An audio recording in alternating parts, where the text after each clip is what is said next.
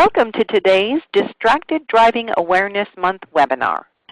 During today's presentation, attendees will be in a listen-only mode. If during the program you would like to submit a question, please use the chat pod, and that's located in the lower left-hand corner of your screen. Just type your question in the box at the bottom and click Send.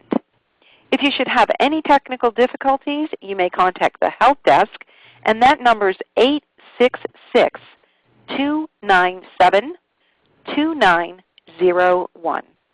So now I'll turn things over to the National Safety Council. Please go ahead. Our first speaker that we'd like to introduce is Deb Trombley, who has worked in injury prevention programs and communication for more than 25 years.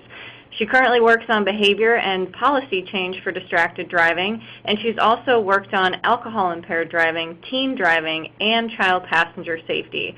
She shares effective prevention strategies with many audiences, businesses, lobbyists, and organizations advocating for federal and state laws, state coalitions, communities, and safety professionals.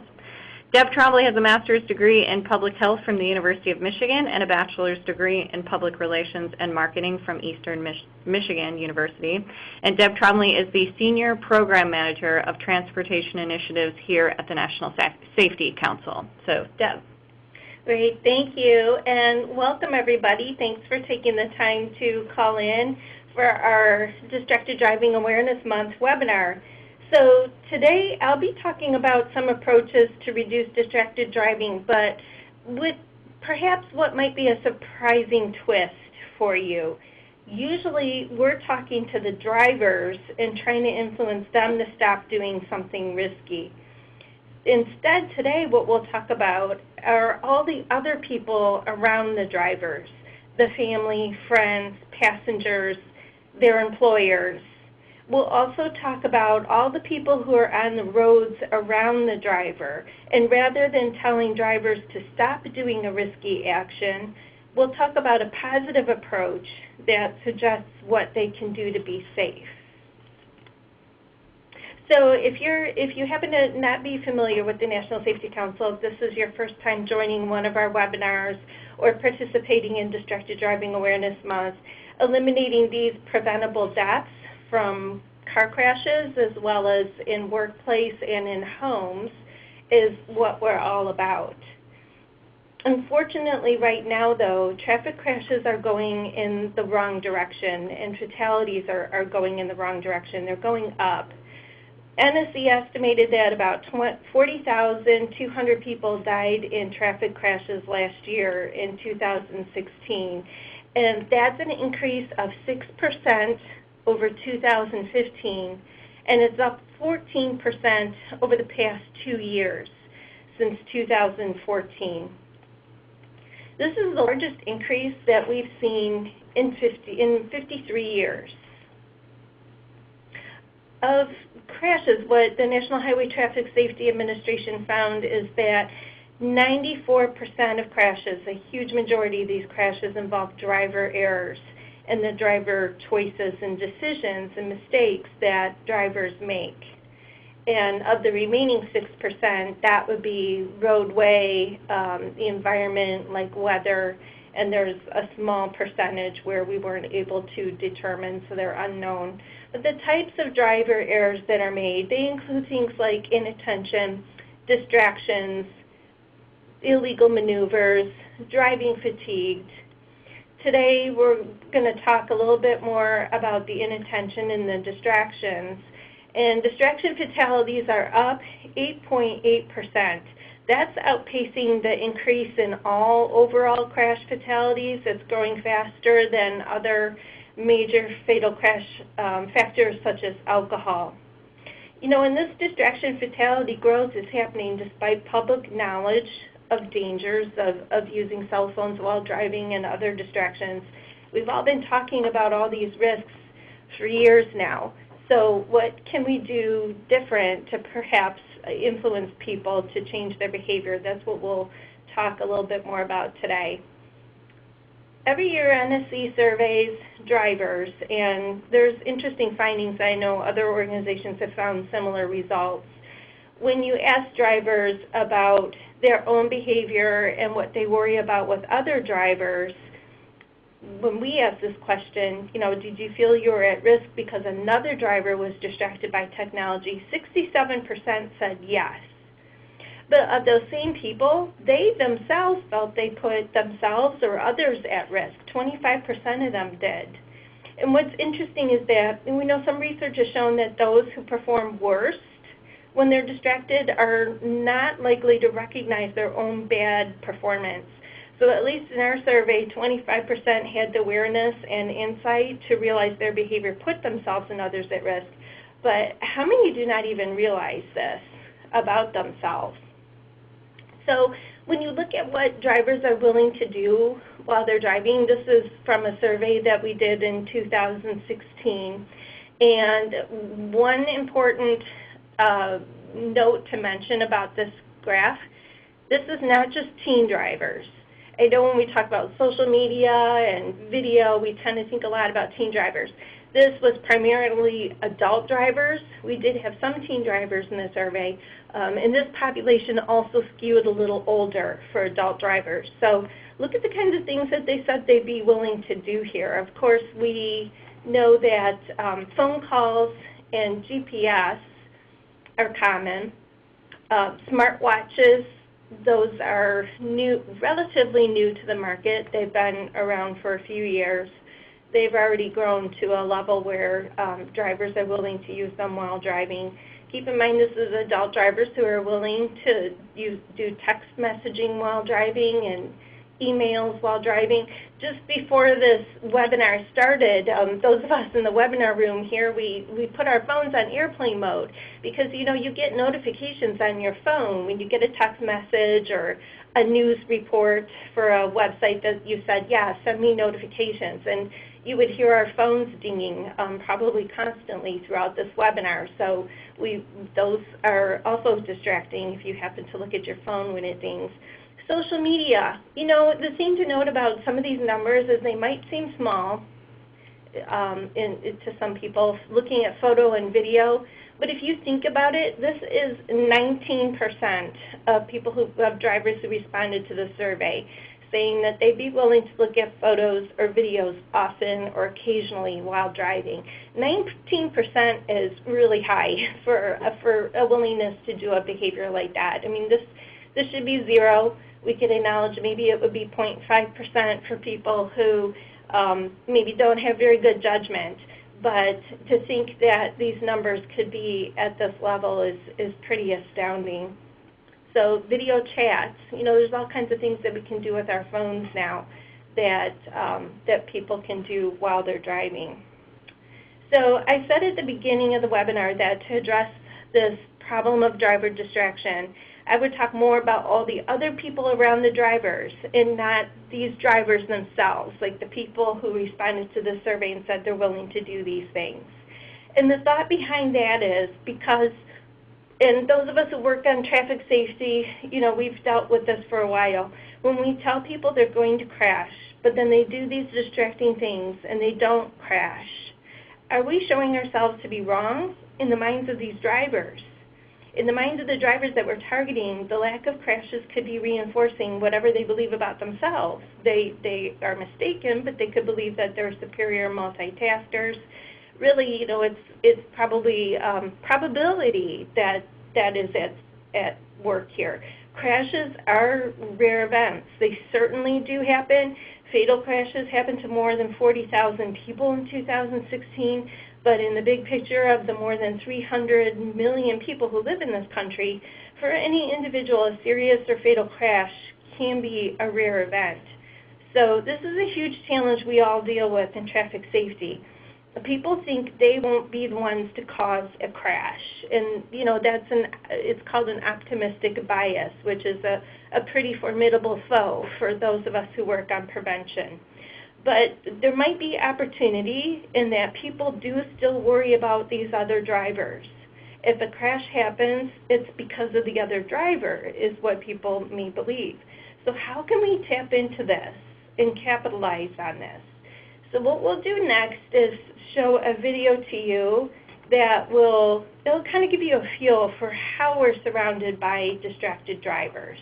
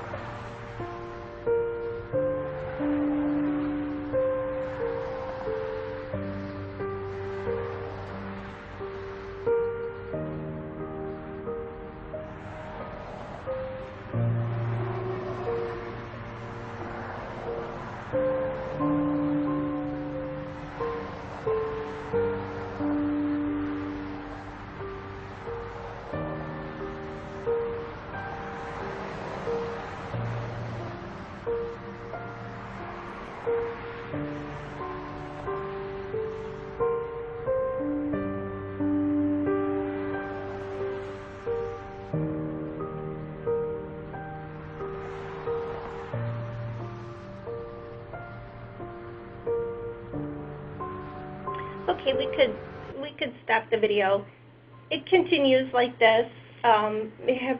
Showing how many drivers are distracted, either talking on the phone or texting or eating food while they're driving.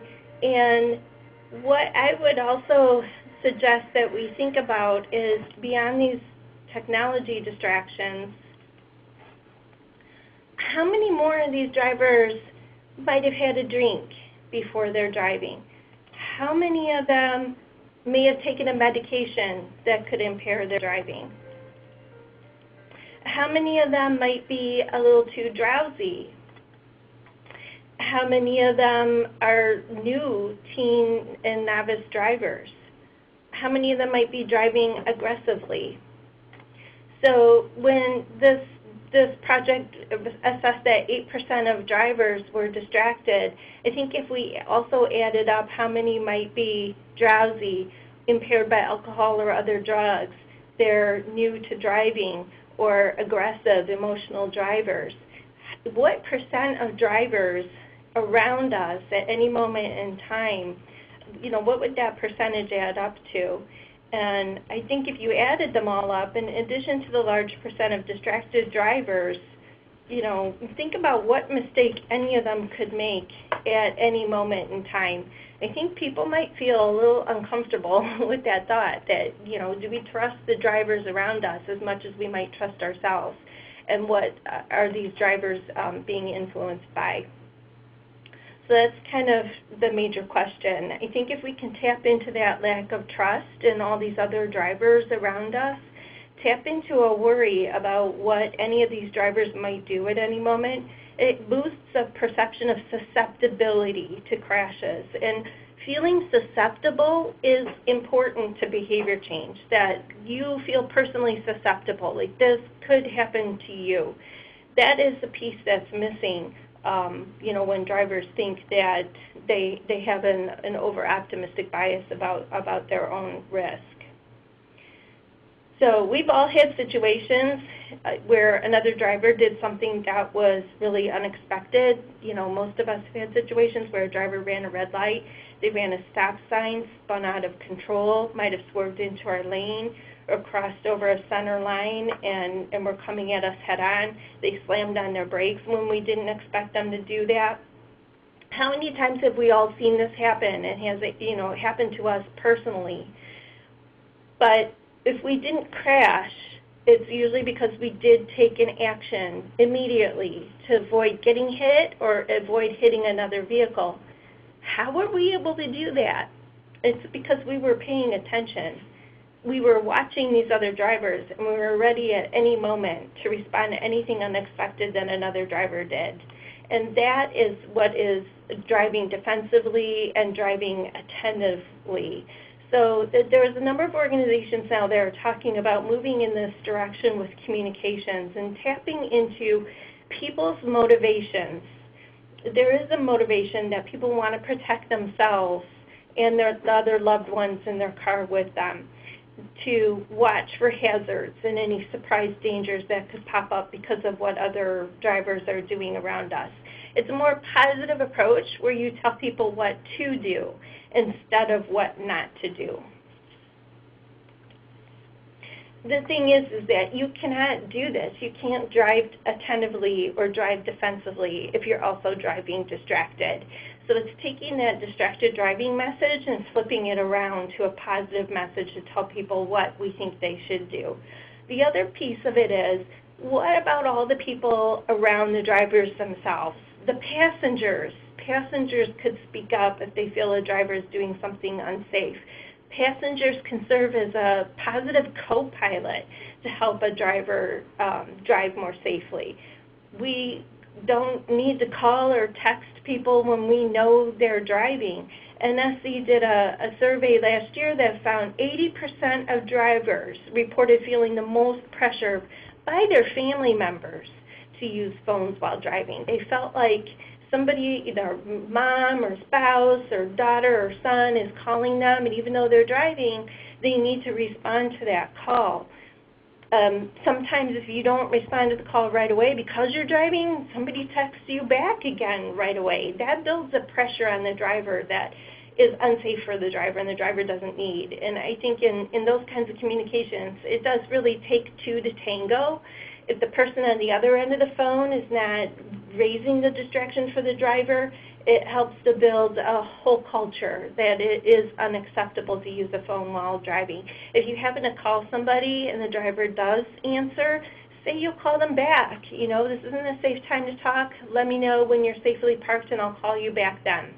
I know there's a lot of employers on the line today, and employers have a huge role they can play.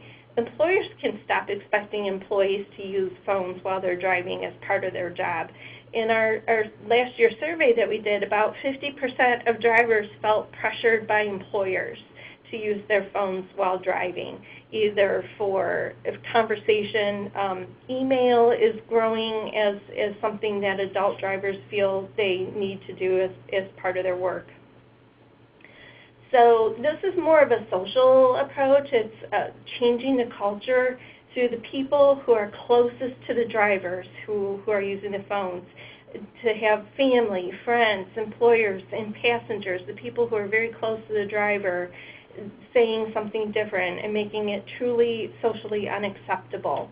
And, you know, we're not, unfortunately, at that point yet where cell phone use is truly socially unacceptable because, you know, so many people still are doing it. If you can imagine how many people would drive with an open can of beer nowadays. It would be unthinkable for somebody to do that. How can we get to that point for most people with cell phones?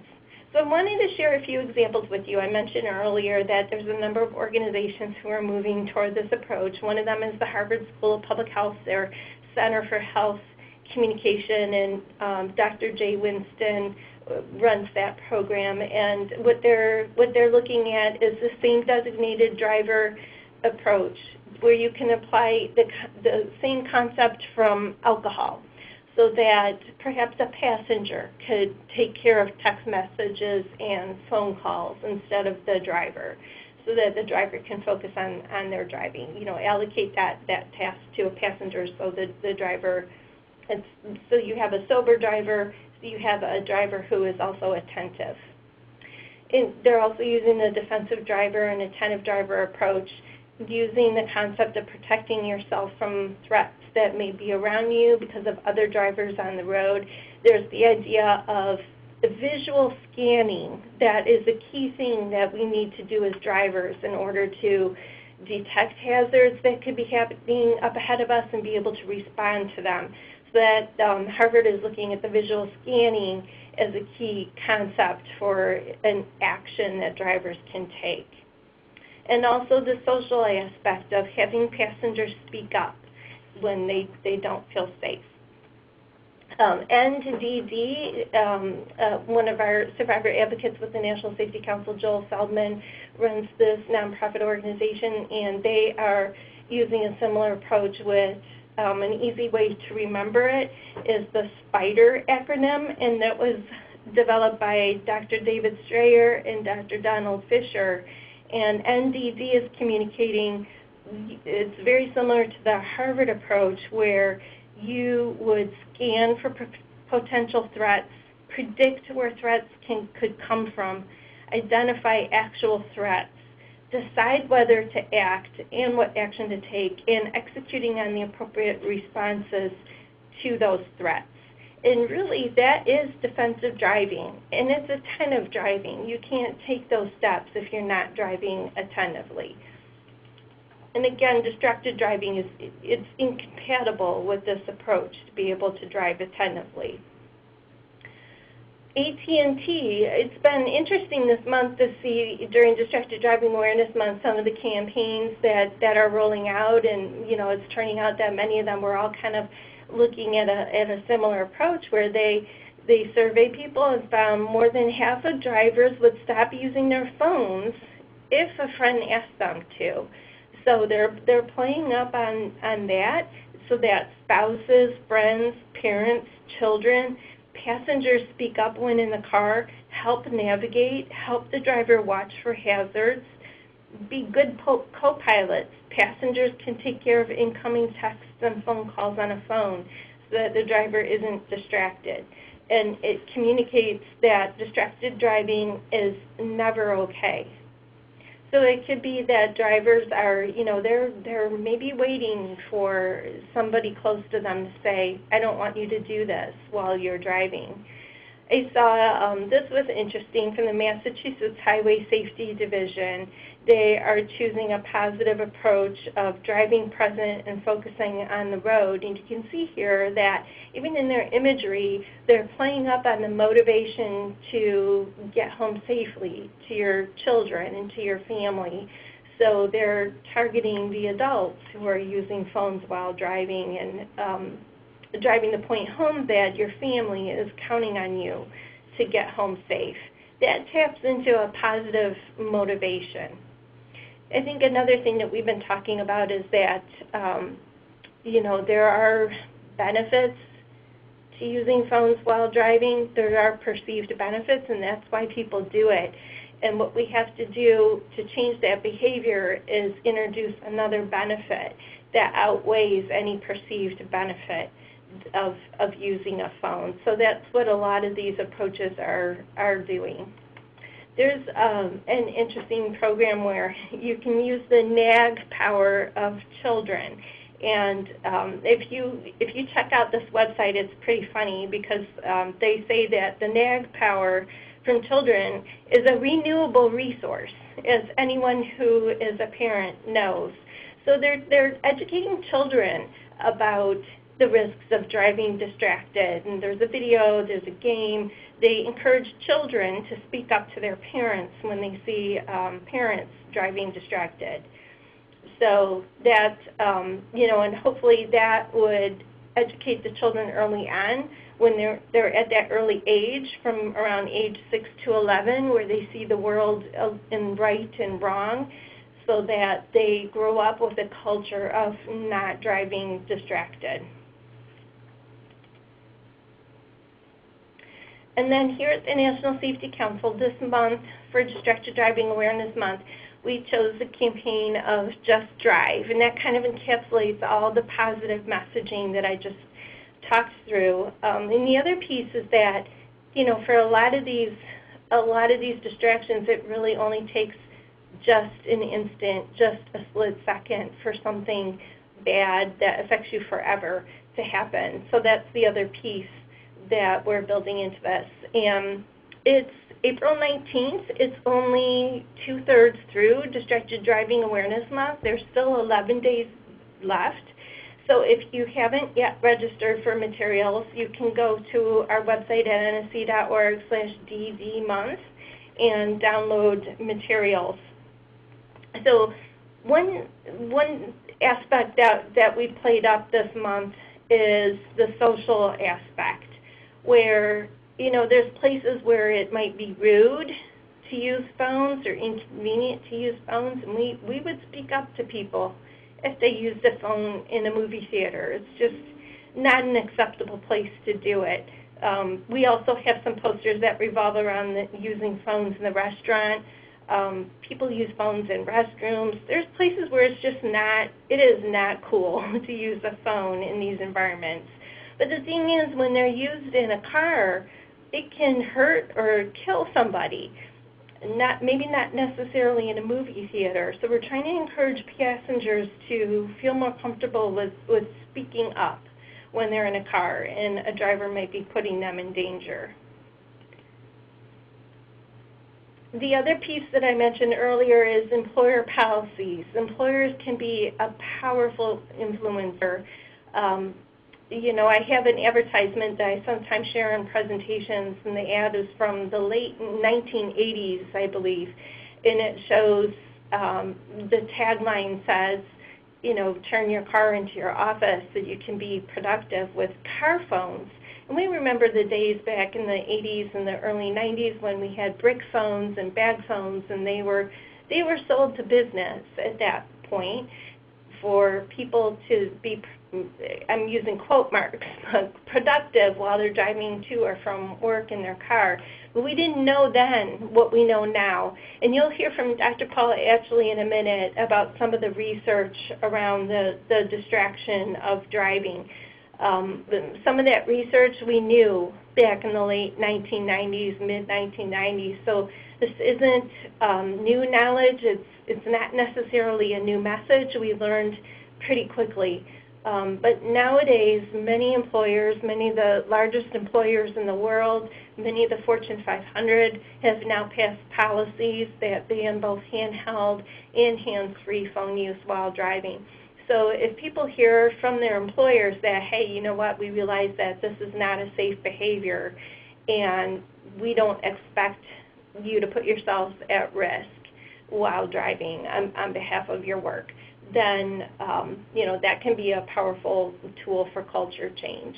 So we have materials to help employers to pass these policies. They're all free.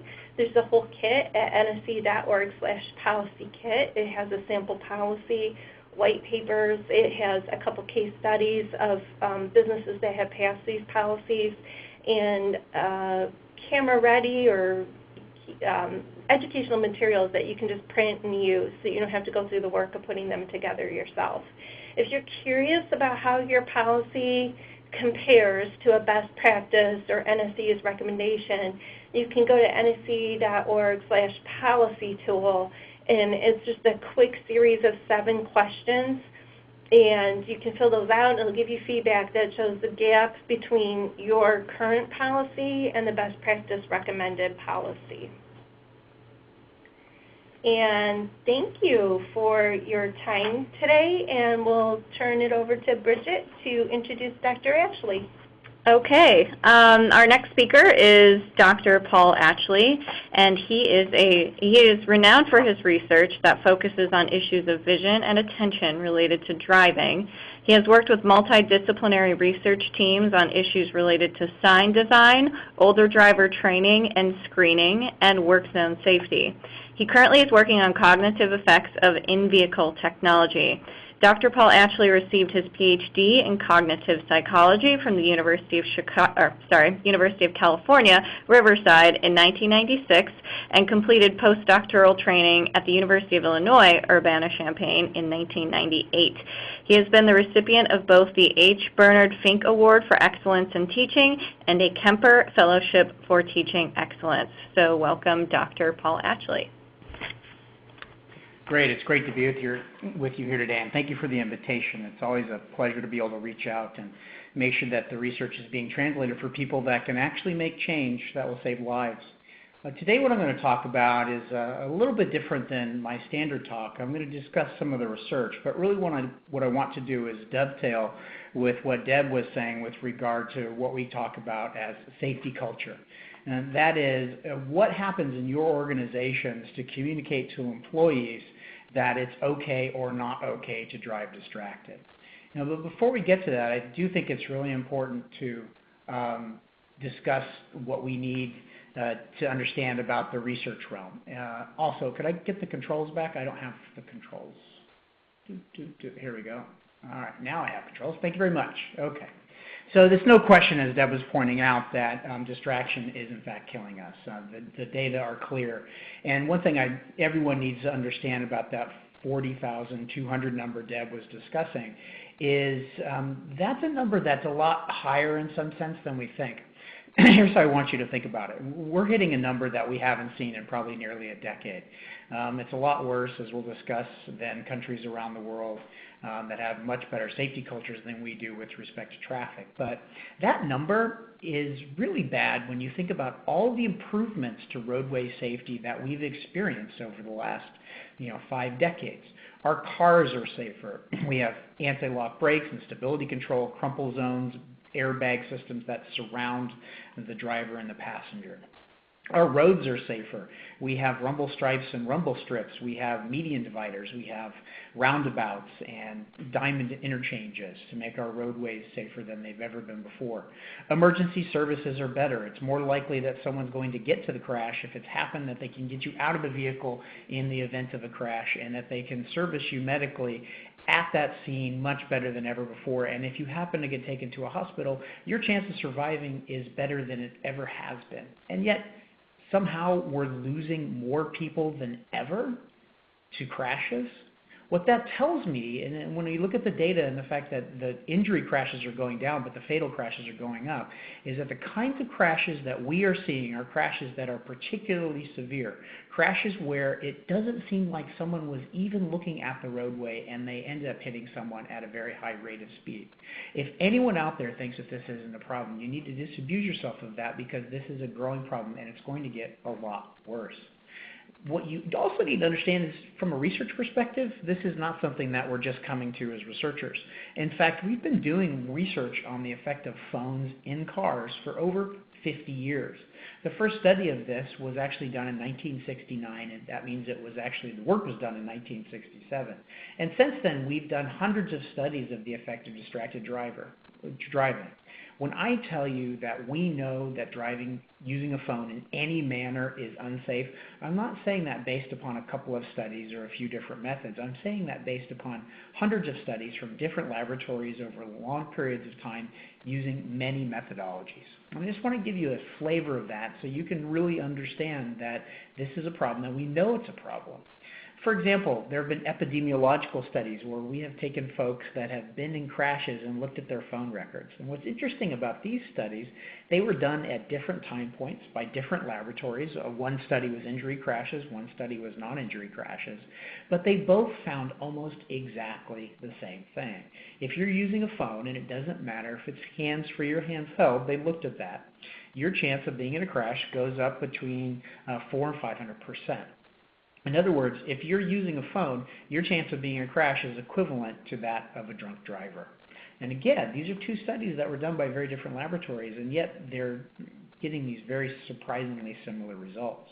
And speaking of drunk driving, if you actually were to take a driver, get them drunk like Dave Strayer did at the University of Utah, and had them drive in a driving simulator and try to react to events, what you would find is if you brought that person back sober but had them talk on a hands-free phone to someone that wasn't in the car with them, they actually drive better drunk.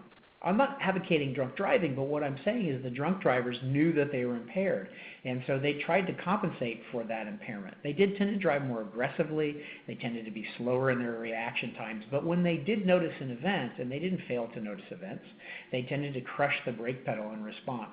The distracted drivers, the ones on the phone, they didn't notice events, and they had 4 crashes, whereas the drunk drivers never crashed. So when you compare a drunk driver and a sober driver, just like with those epidemiological studies, the drunk driver actually drives a little bit better.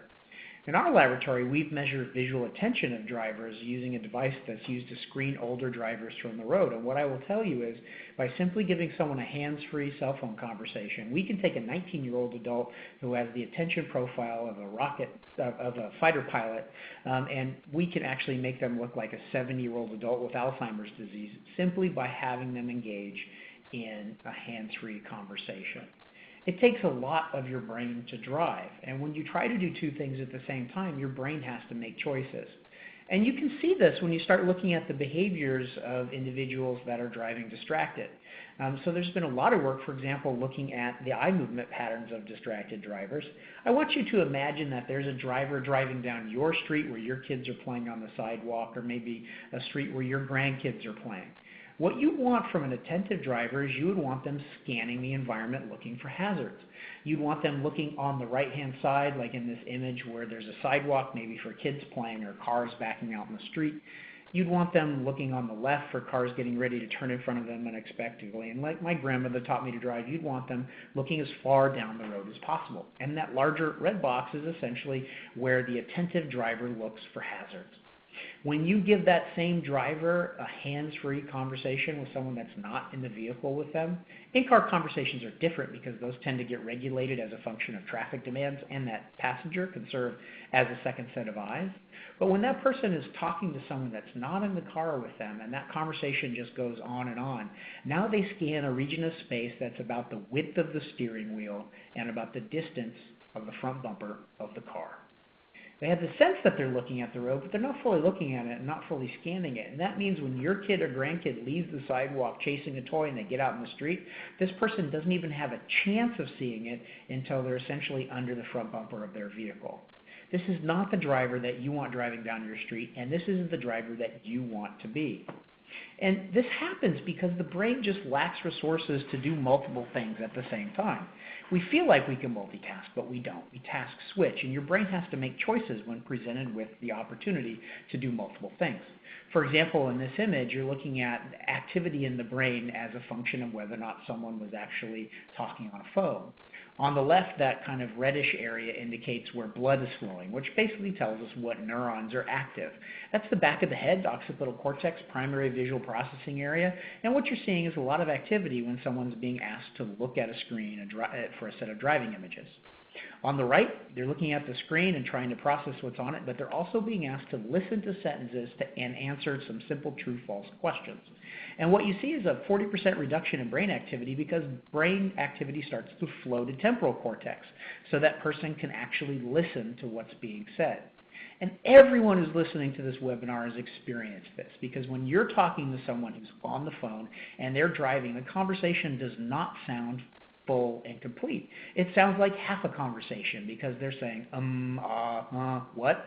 What you're hearing there is their brain trying to take resources away from listening and responding to you and put it back in occipital cortex and decision-making areas so that they can drive effectively. And when you say, honey, are you listening to me? And they say, oh, yes, and the conversation turns to normal, what happens is the brain of that individual now moves those resources away from seeing the roadway to listening and responding to you. Which is one reason, to kind of paraphrase what Deb was saying, one good decision you can make is if you call someone and they're driving, you can put the phone down and say, I'll call you later, because you shouldn't be the person that's in the back seat pouring them tequila shots while they're driving. You know, I could go on and on about this research. I will tell you, we've recently completed a paper that just came out this year. You can search for my name and find it, where we've actually reviewed 342 studies that have been done over the last 50 years looking at various forms of distraction and driving performance. And across those 342 studies, which comprise about 1,608 different measures of distraction with about 20,000 people, we see a surprisingly similar pattern of results. The graph that you're seeing here is one way to kind of summarize that. And what you're seeing are talking on a handheld phone, hands-free phone, or texting. And those numbers are essentially the number of times in a study there was a measure, for example, of texting, and it showed that there was a negative effect on performance, or no effect or performance was actually improved.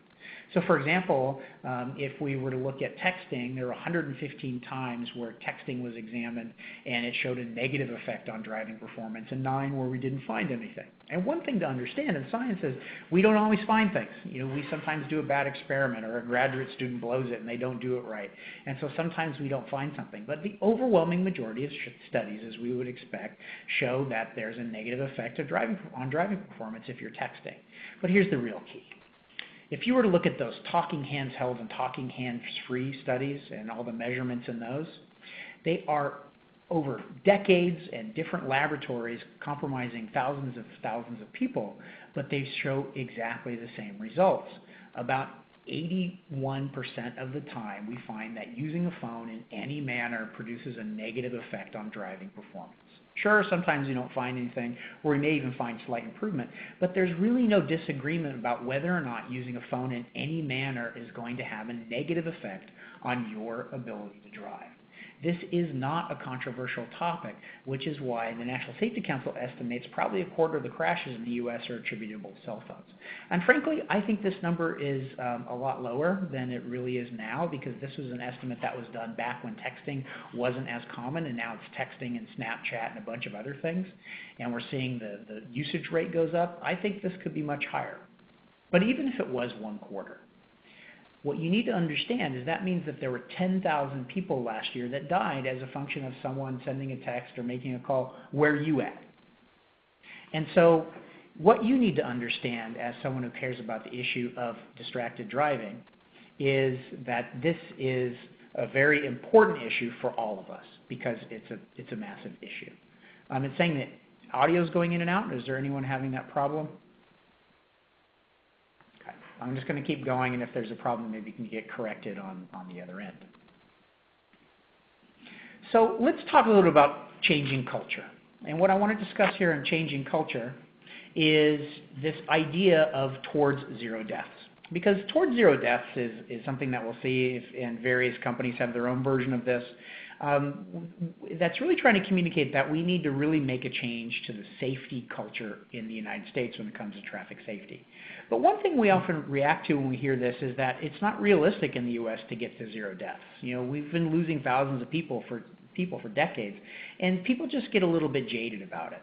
But what I want you to consider is the fact that if we were to think about not accepting perfect safety in other areas, it would be completely unacceptable. If we said 99.9% safe was good enough, what that would mean is that we'd be willing to have an hour of unsafe drinking water every month. Or if you're flying through Chicago, there would be about 900 unsafe landings affecting 132,000 people.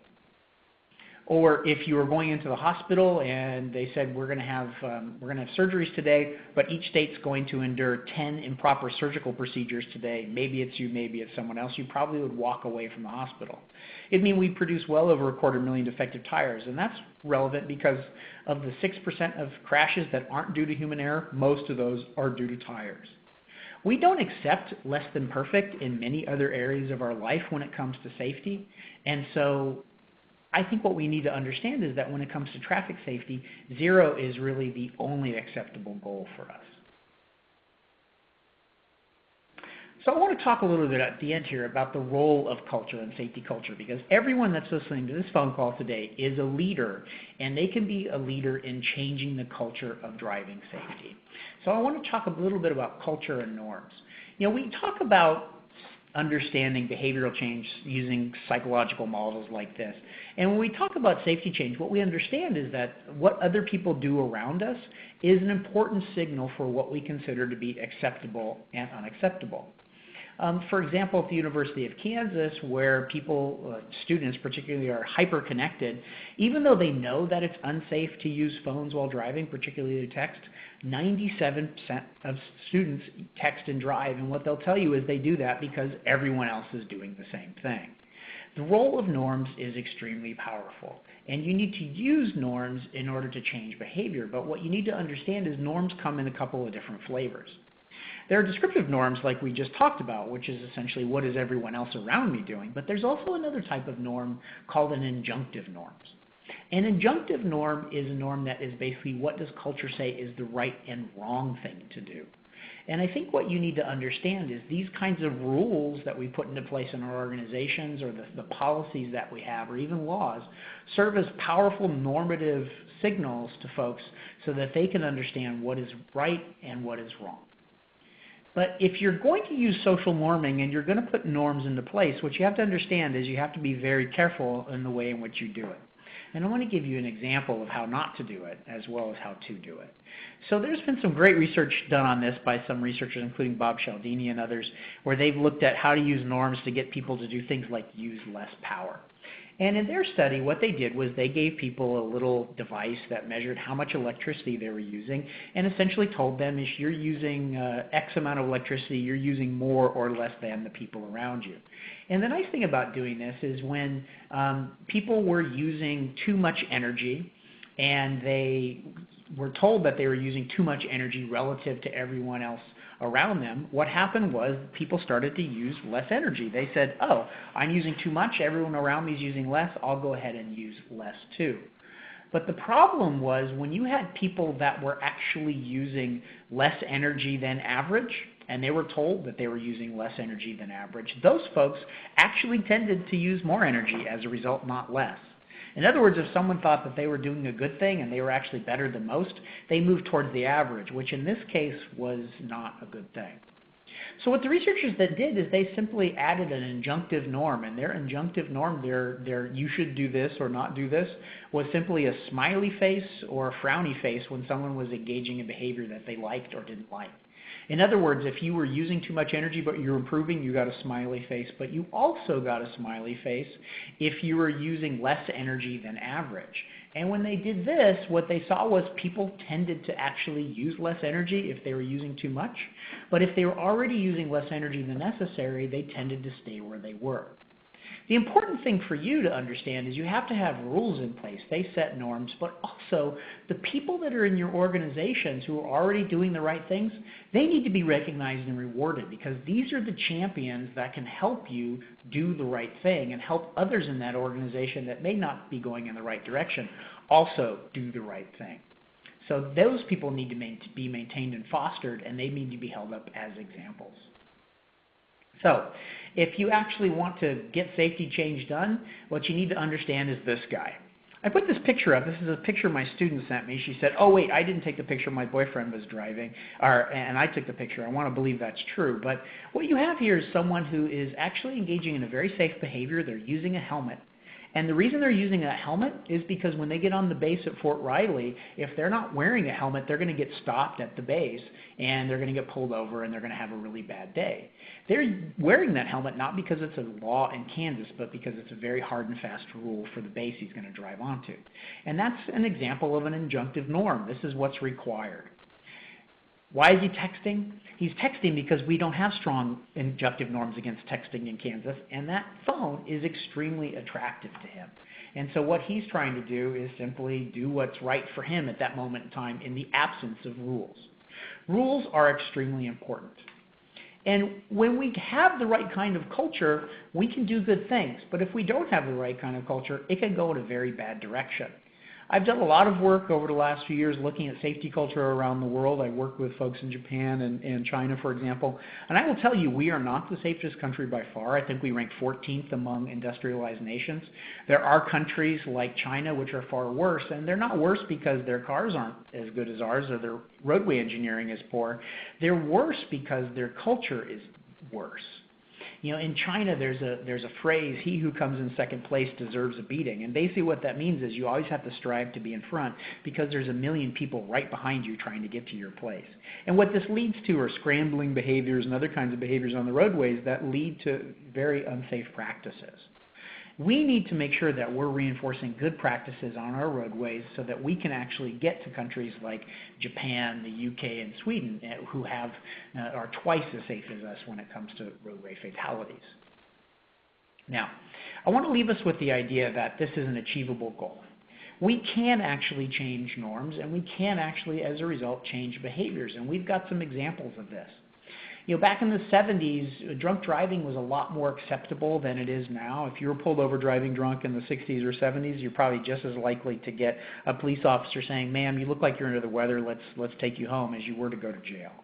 But that's changed. And it's changed because in 1981, Candace Leitner lost her 13-year-old daughter to a 3 times convicted drunk driving. And when she founded MAD, she got legislators to actually follow the laws that have been on the books since, in some cases, 1917 in the United States. And back in those days, in the 70s, if you were to ask someone about a drunk driving crash and say there was weather involved, they'd say the weather caused the crash and not the drunk driver. But if you did it now, you get a very different result. We redid this study. We also did this study where we gave a narrative that it was texting and driving. The person was sober, but they were texting.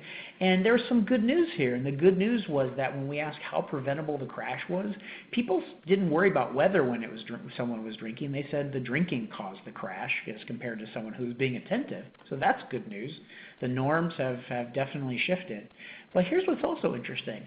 They said that the texting driver was far more responsible for the crash than the drunk driver. This is because people know how bad distracted driving is, but here's the bad news. When we asked them to punish the distracted driver, they tended to punish the drunk driver more, even though they said the drunk driver was less responsible than the distracted driver. Wait for the sound. And one of the reasons for that is because norms have not changed with respect to distracted driving. And when we ask them to either assign a fine or assign jail time, people tended to make that assignment based upon those injunctive norms, the strong laws that are in place against drunk driving, rather than what they knew the responsibility level was for that particular driver. The point here is that even in the past 30 years, attitudes about drunk driving have changed, and they've changed because we started to enforce laws that we have on the books, and those changes have changed people's attitudes about those behaviors. We can do the same thing in our organization with respect to putting in good rules and practices with regard to distracted driving, and when you do that, you will start to see shifts in your own culture with regard to driving distracted. I really do appreciate the chance to be with you today, and to the NSC for making this possible. If you're interested in more information about this, there's a great book by Matt Richtel called The Deadly Wandering, which highlights a lot of the brain science and some of the journeys that other cultures have been on. I appreciate your attention, and hopefully we'll have a couple of minutes for questions. Thank you all for taking the time to attend today.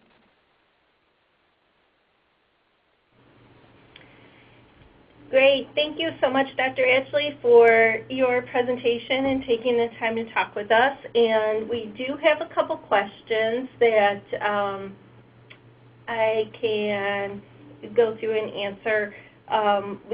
One of them was a question about employer policies. Are employers becoming more aggressive? What I can tell you is that it's hard to know how many employers at any point have these policies. It's not like there's a national database of these employer policies. But at the council, we surveyed the Fortune 500 back in 2010. And at that time, 20% of Fortune 500 companies that responded had policies banning handheld and hands-free.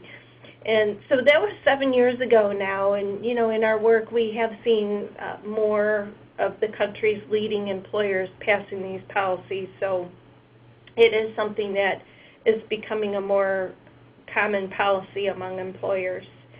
And in addition to that, there are a number of employers who ban handheld only or texting only, although our recommendation is that they ban handheld and hands-free. And so speaking to that, there was another question about Bluetooth and hands-free risk. And I can give you a resource to look at to learn more about the risk, and then Paul may have a little bit more to add. We do have a white paper that is located at thebrain.nsc.org. And again, that's thebrain.nsc.org. And you can go to that URL, and it'll take you to a PDF of a white paper we did that gathered information from 30 studies that looked at both handheld and hands-free phone use and found that there was no safety benefit to using hands-free. And Paul, do you have anything to add to that people should know? Well, I added the database, which covers a lot more studies. And here's the bottom line, common sense, a way to think about it. If touching something was the problem, we would have gotten rid of stick shifts years ago. It's not touching something that creates the problem. It's not having your mind on the road that creates the problem. And while it's true that there's some brief period of time where manipulating the phone probably does elevate your risk, that's a very small period of time compared to having a half-hour conversation. The risk exposure from the conversation is what's the problem, not touching the phone. So there's nothing in the science that says that hands-free is going to be any better, and it also just doesn't make any sense from a common sense standpoint either. Sure. And so another question is it useful to lobby for hands-free laws given the equivalence in risk with using hands-free or a headset? So I think there are several different things to look at with that, and I don't know that we know the answer today. Many people who are advocating for handheld bans, the states are experiencing issues with difficulty with enforcing texting-only bans. It's just, if they're touching a phone, they could be texting or they could be dialing a phone number. It adds a lot of complications for enforcement. So there is a thinking that if there's a handheld ban, that you could better enforce the law. At the council, we certainly believe in the risk of hands-free, and there is a question if there's a handheld ban, will that shift risk over to hands-free? And we do see in surveys that drivers are shifting that behavior from handheld to hands-free. So we do have a question if you're shifting the risk, just to another way of using a device while driving. I think the unknown at this point is there a net benefit, and is there a way to study that? Is there a net benefit between being able to better enforce the handheld use versus the shift in drivers moving over to hands-free use? And today, right now, I don't know the answer to that. Paul, do you have any other thoughts Sure. about that? A couple things. One, laws are compromises, and it's often the case that a law only goes part of the way to what we really want. As an example, drunk driving laws for a long time were 0.10, even though we knew if you were a little bit less drunk, you were still at high risk. Does that mean the 0.10 law was a bad law? No. It sends a signal that drunk driving was unacceptable. A hands-free ban or handheld ban sends a signal that using a phone is unacceptable. Does it send a signal that hands-free might be safe? That might be the case. But I think that we have to recognize that laws are often written as compromises, and it's an iterative process. My feeling is any benefit we can get from someone not using a phone is a good benefit. And a lot of folks will not use a phone if they know that touching it's going to create a ticket for them. We should be striving for better, but that's not a bad place to start. So there's a number of questions about technology, and is there a solution with technology? There are a number of apps and devices that can essentially put a phone in the airplane mode while you're driving, and they're pretty common among parents. They're good for parents of teen drivers. If you're concerned about your teens using phones while driving, you can put those types of apps and devices on their phone or in their car. I know that fleets often use those devices to support cell phone policies. I think the one thing about those kinds of apps are that drivers who want to use their phones while driving are not going to be likely to put them on their phone. So for those drivers, there might be another solution. And so we did also get a question about, this is a little bit a different question, but it's about safe driving education in schools, and that the task is often left to parents to educate teen drivers about safe driving and attentive driving. And that is common across the country, that you don't have mandated driver education. Even if there is driver education, we recommend that the parent does still need to stay involved, actively involved in educating their teen about safe driving for at least a year even after the permit and learning period ends. The parent should still be coaching the teen on how to drive attentive and not distracted. So we do have a website that has advice that has advice for parents of new teen drivers, and that is at driveithome.org. And again, that's driveithome.org. And I do see a question. I think somebody wanted me to repeat the website for about our paper about hands-free risk. That's at thebrain.nsc.org.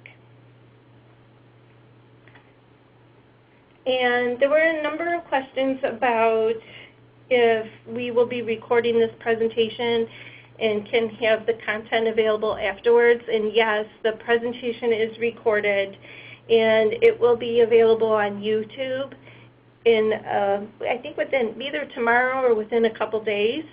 And so you'll be able to share the presentation with others.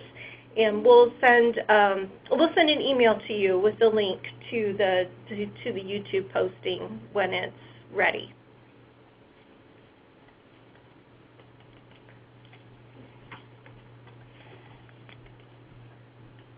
So it looks like we're at time. We're at 2 o'clock.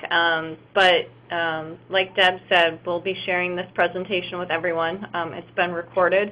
It'll be on YouTube. And then some folks had questions about whether or not we'll share the presentation. We'll have the NSC presentation available to you shortly. So if you registered for the course, we can send it to you after this session is over.